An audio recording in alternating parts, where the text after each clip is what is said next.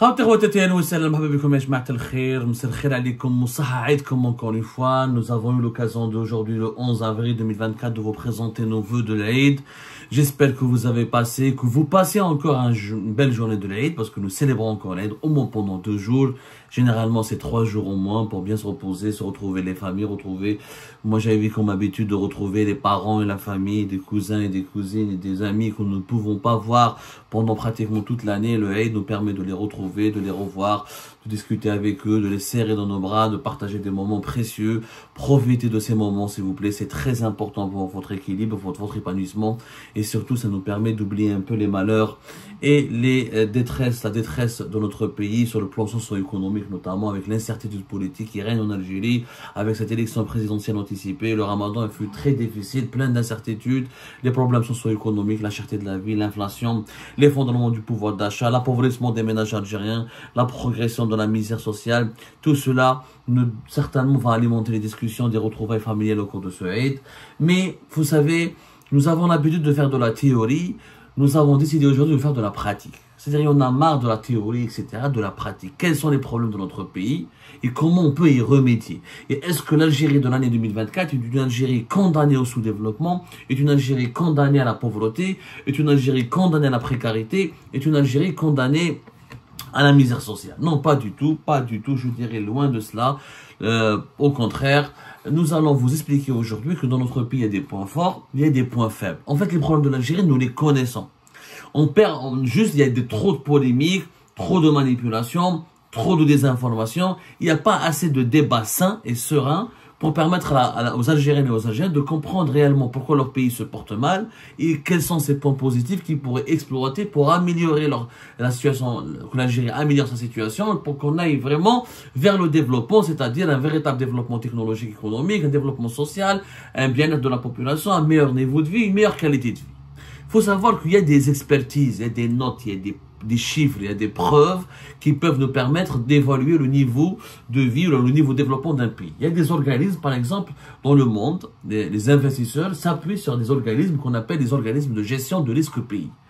Le risque pays, c'est quoi? C'est que il y a une branche dans l'économie, on appelle ça le risque pays.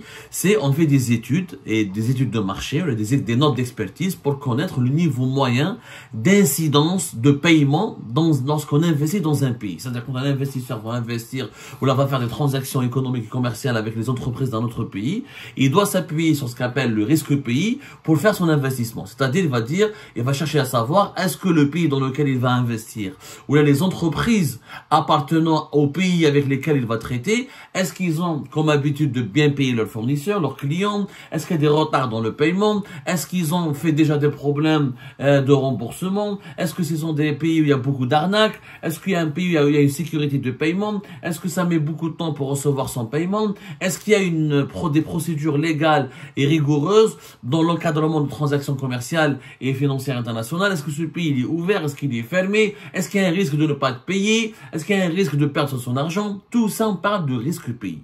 Il y a des organismes mondiaux spécialisés, on les appelle, c'est l'assurance crédit. Quand, par exemple, en France, il y a parmi les plus grands leaders mondiaux de ce domaine, c'est un organisme français qui s'appelle la COFAS. La COFAS, c'est la compagnie française d'assurance pour le commerce extérieur. Alors, c'est une société, c'est des organismes d'assurance crédit.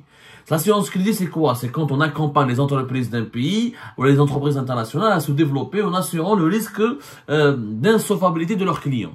Quand une entreprise exporte, elle doit prendre une assurance, ben, son client ne va pas la payer à temps, ou son client va rencontrer des problèmes.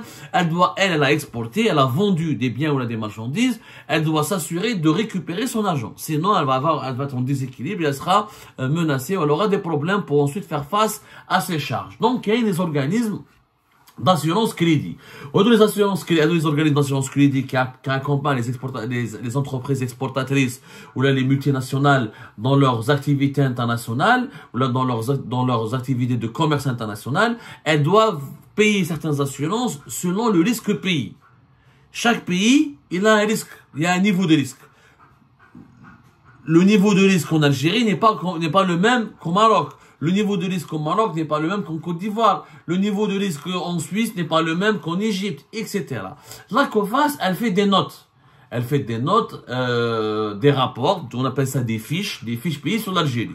Que les entreprises, que les clients de la COFAS qui veulent être assurés dans leurs opérations financières internationales, dans leurs transactions économiques et financières internationales, elles doivent prendre en compte des fiches pays. Ces fiches résument les points faibles et les points forts d'un pays et elles donnent une note précise sur le risque pays et elle te dit, cette note, chaque fiche de chaque pays, elle donne des orientations aux entreprises de la multinationale.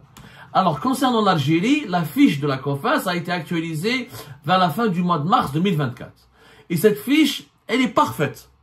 Franchement, il faut pas faire des grandes études, des grands débats, multiplier les polémiques. Il suffit juste de lire la fiche de la COFAS qui est dédiée à l'Algérie pour comprendre les problèmes de notre pays.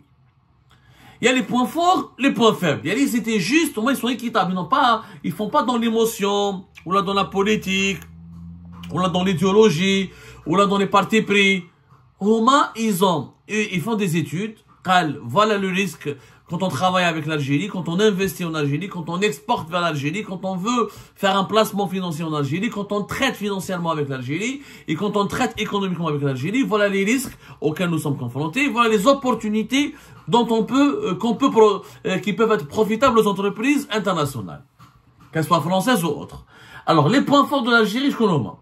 L'Algérie, elle a d'importantes réserves de pétrole et de gaz. Donc, un important potentiel aussi en matière de gaz de schiste. Donc, l'Algérie a des ressources en hydrocarbures qui sont importantes. Et ça, c'est un point fort. Ça permet au pays de pouvoir gagner de l'argent, d'avoir une place importante dans le commerce international et de gagner et donc, c'est un point important pour les investisseurs internationaux. Deuxième point fort, un potentiel important dans le domaine de l'agriculture. C'est le plus vaste pays africain. C'est le plus grand pays géographiquement parlant. Donc, on peut pratiquer, il y a d'énormes surfaces qui peuvent être exploitées pour l'agriculture. L'agriculture, c'est un des secteurs les plus importants pour l'économie mondiale. Un d'importantes potentialités pour les énergies renouvelables et le tourisme. Ça, c'est le point fort. Avec le soleil dont nous disposons, on peut développer l'énergie solaire. Le tourisme, c'est un beau pays avec des paysages énormes, avec plus de 1200 km de côte, avec des paysages très diversifiés. Le désert, le Sahel, le désert, les plaines, les plages, la mer, la montagne. Il y a énormément de choses à développer pour le tourisme. Troisième point fort, une position géographique extrêmement importante. L'Algérie, elle est très proche de l'Europe, elle est très proche de l'Afrique, elle est au cœur de la Méditerranée. C'est une position géographique qui permet à l'Algérie de devenir exportateur, un carrefour économique et un carrefour d'échange économique et maritime et du point de vue logistique international très important. C'est le troisième point fort. Quatrième point fort, c'est que l'Algérie est faiblement endettée. C'est pas un pays endetté. Donc c'est un pays qui n'est pas sous pression.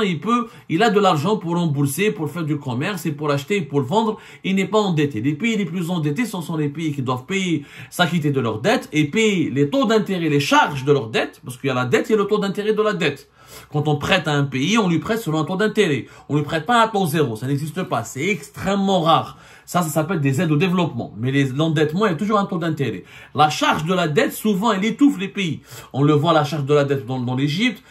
Elle est beaucoup moins grave qu'au Maroc, par exemple. En Égypte, elle est étouffante. On a vu la charge de la dette en Tunisie, à un moment donné, entre 2021 et 2022, elle était très étouffante. L'Algérie n'a pas d'endettement. Donc, nous avons 4 points forts qui font de notre pays normalement un pays puissant dans lequel on peut investir, dans lequel on peut gagner beaucoup d'argent et dans lequel on peut créer des richesses. Faible dans l'endettement extérieur, position géographique exceptionnelle et importante, potentiel dans l'agriculture, le tourisme et les énergies renouvelables et importante réserve de pétrole et de gaz, notamment pour le gaz de schiste. 4 points forts qui font de l'Algérie un pays important. Mais malheureusement, il y a des points faibles qui empêchent justement notre pays d'exploiter ses points forts et de devenir un pays important, un pays émergent, un pays puissant. Donc, c'est fini. Il y a des évaluations, il y a des études qui nous permettent de voir où sont les problèmes et qui nous permettent de comprendre quelles sont les solutions qu'on doit apporter aux problèmes. Maintenant, après, il faut juste de la volonté politique et la compétence des dirigeants qui sont au pouvoir pour pouvoir appliquer les bonnes solutions aux vrais problèmes. Les points faibles de l'Algérie, je nomme. Forte dépendance vis-à-vis des hydrocarbures, on n'a pas une production économique diversifiée. Le pétrole et le gaz, c'est plus de 90% à 98% de nos exportations et c'est 60% de nos recettes budgétaires. Il y a eu la COFAS, elle explique bien dans sa fiche dédiée à l'Algérie que l'Algérie souffre de plusieurs années de sous-investissement dans le pétrole et le gaz qui pèse sur la capacité du pays à augmenter sa production, parce que c'est beau d'avoir du pétrole et du gaz, mais le pétrole et le gaz, il faut le produire, il faut le commercialiser, il faut l'extraire, il faut le développer, il faut le transformer, et ça c'est des investissements. Si tu as beaucoup de réserves de gaz, et tu n'investis pas chaque année pour développer de nouveaux champs, pour découvrir de nouveaux gisements, et c'est des milliards de dollars d'investissement, il faut des oléoducs, il faut des gazoducs, il faut des raffineries, il faut des usines de traitement de gaz et de pétrole, il faut transformer le pétrole et le gaz en produits industriels dérivés pour pouvoir les exporter. Et l'extraction du gaz et du pétrole, c'était une recherche et des investissements permanents. Sauf que Jet Bon, déjà à l'époque de Bouteflika, on n'a pas beaucoup investi, à cause de la loi sur les polémiques qui ont eu lieu à l'époque de Cheikh Ibrahim, les scandales sur la corruption, sur la traque 1 et sur la traque 2, et la loi sur les hydrocarbures qui a été gelée, la loi du 59-41. Même bête, quand on a fait la nouvelle loi sur les hydrocarbures qui était ambitieuse, même si elle était problématique par certains aspects, mais un peu quand même très ambitieuse en 2019, il y a eu la crise de la Covid-19. Et depuis la crise de la Covid-19, on a gelé les investissements productifs de 2020 jusqu'à 2022 dans le secteur du pétrole et du gaz. On a cherché à les relancer vers la fin 2022, début 2023, mais il n'y a pas eu d'investisseurs étrangers. Du coup, la décision de geler les investissements pendant ces années-là et la paralysie qui s'est emparée du secteur et la déstabilisation de Sonatrach, qui a pratiquement le monopole dans l'exportation du pétrole et du gaz en Algérie, à l'exception de ses partenariats, de faire des partenariats avec les étrangers, il y a quasiment une situation de monopole pour Sonatrach. Du coup, de 2019 jusqu'à 2023, l'Algérie, quand ça, il y a des sous-investissements. Avant que les experts internationaux le disent, on a en 2021, en 2022, même en 2020, on a nous touchez pas aux investissements pétroliers et gaziers. Il faut continuer à investir dans le pétrole et le gaz. C'est important d'avoir de nouveaux gisements, de renforcer la capacité de production, parce qu'à un moment donné, il y aura une relance économique. Et quand il y aura une relance économique, il faut être prêt à produire beaucoup de pétrole et de gaz pour pouvoir le vendre et trouver des nouveaux clients et gagner de l'argent. On nous a pas écoutés. Les émissions d'Algérie passant là, on nous a pas écoutés en 2020, en 2021, on nous insultait. Tout تعرفوش انتم جماعة العصابة, انتم راكم على l'ancien système, انتم جماعة قطر, جماعة المروك, vous êtes des traîtres, ما حبوش يسمعونا. Ben voilà. Le résultat, c'est que nous avons un sous-investissement. La production du pétrole en Algérie, elle est à moins de 1 million de barils. Et les exportations de gazières de l'Algérie sont à moins de 40 milliards de mètres cubes. Notamment via les gazoducs que nous avons. Nous avons même fermé un 3e gazoduc, Maghreb-Europe, alors que les pays du monde entier, les pays gaziers du monde entier rêvent d'avoir plus de gazoducs. Non, on ferme un gazoduc. Il faut être fou pour faire ça. Il faut être un malade. On l'a fait. On l'a fait, et du coup, nous avons une production faible. Nous avons des réserves, mais nous avons une production qui est faible. Le 3e point faible, un taux de chômage élevé, pratiquement 29% en 2022, et des faibles opportunités pour les diplômés. Donc c'est un point faible. Tu as des diplômés mais qui ne peuvent pas travailler, donc ils vont partir. Ils vont partir à l'étranger. Donc il y a la main d'œuvre qualifiée, elle va se raréfier, elle baisse en Algérie. Quand il y a beaucoup de chômage, il y a beaucoup de fléaux sociaux, il y a de l'insécurité, etc. Le 4e point faible, poids excessif du secteur public. Il y a beaucoup de monopoles de l'État en Algérie. Internet, ADSL, c'est Algérie Télécom. L'électricité, c'est Sonalgaz. Transport ferroviaire, c'est la SNTF. Transport aérien, c'est Air Algérie. Comme donc tout est monopolisé par l'État, il y a un secteur public qui est énorme et qui nous coûte beaucoup d'argent. Je rappelle qu'en juillet 2021, l'Algérie elle a dépensé l'équivalent de plus de 13 milliards de dollars pour financer les entreprises étatiques algériennes qui ont été totalement détruites par l'impact qui ont énormément souffert de l'impact de la pandémie économique de la pandémie de la Covid-19. Ça nous a coûté plus de 13 milliards de dollars. Pour des entreprises qui n'ont jamais été rentables, avant même la Covid-19, elles n'ont jamais été bénéficiaires, elles sont mal gérées, énormément, qui font du social, trop d'employés, pour zéro productivité, presque zéro bénéfice, et une valeur ajoutée quasi nulle pour l'économie nationale. Et ça, c'est un point faible du pays, d'avoir des monopoles, et un poids excessif du secteur public. 5e point faible, déficit énorme pour le déficit budgétaire. L'État algérien est déficitaire. Il dépense plus qu'il gagne de l'argent. Et donc, il est obligé à chaque fois d'imprimer de l'argent pour financer son déficit et de s'endetter. La dette publique et la planche à billets créent davantage d'inflation et déséquilibrent l'économie du pays, ça on l'a expliqué maintes fois. L'État algérien a un déficit qui dépasse maintenant depuis 2023 et 2024 l'équivalent de plus de 40 milliards de dollars. C'est énorme, ça veut dire que il dépense la différence entre ses dépenses et ses recettes, elle est de plus de 40 milliards de dollars. Les 40 milliards de dollars viennent d'où? C'est l'équivalent, c'est en dinars. C'est de l'argent qui est imprimé, qui est fabriqué, sans correspondre à la moindre activité économique, sans aucun gain de productivité, sans qu'il y ait des biens et des marchandises qui soient produits, sans aucune production économique. Donc, c'est de l'argent, la masse monétaire tekber, la valeur du dinar teh, et l'inflation, elle augmente, parce qu'il y a trop d'argent à dépenser, et pas assez de biens et de services qui sont produits, et l'offre et la demande, elles sont totalement déséquilibrées. Donc, déjà, 5 points faibles. 6e point faible, mauvais état des infrastructures. Le régime Tebboune n'a pas investi. Mais les Rahbout Fleka, on n'investit plus. Mais qu'il y a des nouvelles autoroutes. Les nouveaux logements, c'est tous les anciens programmes de Bouteflika. Il n'y a pas de nouveaux barrages. Tous les anciens projets de Bouteflika, on est en train de les relancer. Nous n'avons pas construit assez de nouvelles villes, pas assez de nouveaux ponts, pas assez de nouveaux... Le seul projet qui a été lancé à l'époque de Tebboune, c'est la ligne ferroviaire qui a été en cours de lancement d'Atindov et Béchar. C'est le seul projet. Et Tebboune a posé la pierre d'inauguration d'une seule grande station de dessalement de l'eau de mer, Takab Djennet. Et voilà. Mais tout le reste, c'est l'époque de Bouteflika. On n'a pas lancé, on n'a rien. Ni nouveau port, ni nouvel aéroport, rien. On a passé, à l'époque de Tebboune, un mandat, on appelle ça un mandat blanc. Il y a presque une année blanche. Un mandat blanc, 5 années blanches. Les anciens projets. Heureusement, Bouteflika qui a des infrastructures pour les jeux méditerranéens, une autoroute est-ouest, des barrages, quelques stations de dessalement de l'eau de mer. Sinon, à l'époque de Tebboune, on n'a rien fait. Tebboune a fait que 2 choses. Station, il a lancé, mais je sais même pas réalisé, il fait 5 ans. Il a juste inauguré le lancement de travaux.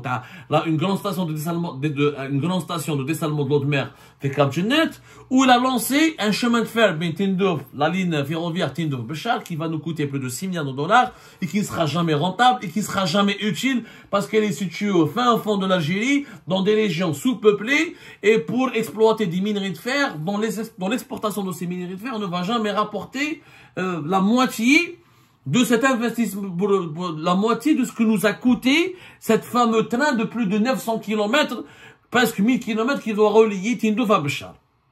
C'est un projet fou. Donc, lourdeur bureaucratique et corruption, marché parallèle du dinar. En Algérie, il y a un marché parallèle, le taux officiel il est à 100 et quelques, le marché parallèle est à 200 et quelques. Donc un investisseur est toujours perdant quand il vient en Algérie, investir son argent, parce que les banques et l'État vont l'obliger de se conformer au taux officiel, alors que la majorité de la population algérienne, les consommateurs algériens, utilisent le marché parallèle. C'est pas possible de développer un pays pareil, avec un marché parallèle qui est plus puissant, qui est plus crédible que le marché officiel. Avec les points faibles de l'Algérie. Nous avons 4 points forts, et nous avons 1, 2, 3, 4, 5, 6, 7, 8 points faibles. C'est-à-dire que les points faibles sont 2 fois supérieurs aux points forts de l'Algérie. Et c'est pour ça qu'on n'arrive pas à se développer. Et c'est ça qu'on n'arrive pas à se développer. Ça ne sert à rien d'avoir que 4 points forts et 8 points faibles. C'est ça le problème de l'Algérie, c'est que la politique actuelle menée par le régime Tebboune, elle a aggravé les points faibles de l'Algérie, et au lieu de corriger les points faibles et d'exploiter les points forts, elle est en train d'alourdir les points faibles. Le marché parallèle est maintenu, et on veut bousiller la valeur du dinar, et comme ça les Algériens et les Algériens vont se rabattre encore davantage sur le marché parallèle pour se débarrasser de leur dinar et acheter des devises pour aller voyager à l'étranger, ou pour faire des économies épargnées en devises, parce qu'ils ne font plus confiance en la monnaie nationale. Les lourdeurs bureaucratiques ont été aggravées avec le régime Tebboune, restrictions aux importations, changement des codes de commerce, criminalisation de la lutte contre la spéculation, surveillance accrue des commerçants, harcèlement permanent des entreprises privées et des commerçants et des artisans. Les infrastructures sont en mauvais état parce qu'il n'y a pas eu d'investissement depuis la crise politique de 2019. Le déficit budgétaire, il est important. La dette publique, elle est importante. Donc, la masse monétaire sera de plus en plus importante. Les dépenses publiques alimentent une inflation infinie et terrible et à 2 chiffres. Il y a des équilibres, le pouvoir d'achat. Il y a des équilibres, tous les indicateurs macroéconomiques du pays. Un taux de chômage élevé. Un monopole de l'État. Il y a un poids énorme du secteur public.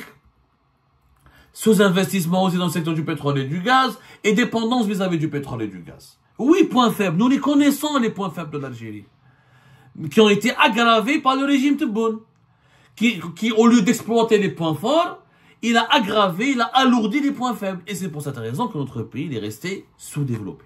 Si on veut le changement, il est simple le changement en Algérie. Il ne faut pas sortir de grandes écoles, là, avoir le prix Nobel de l'économie, le prix Nobel le prix Nobel de physique. Il ne faut pas être un grand cerveau.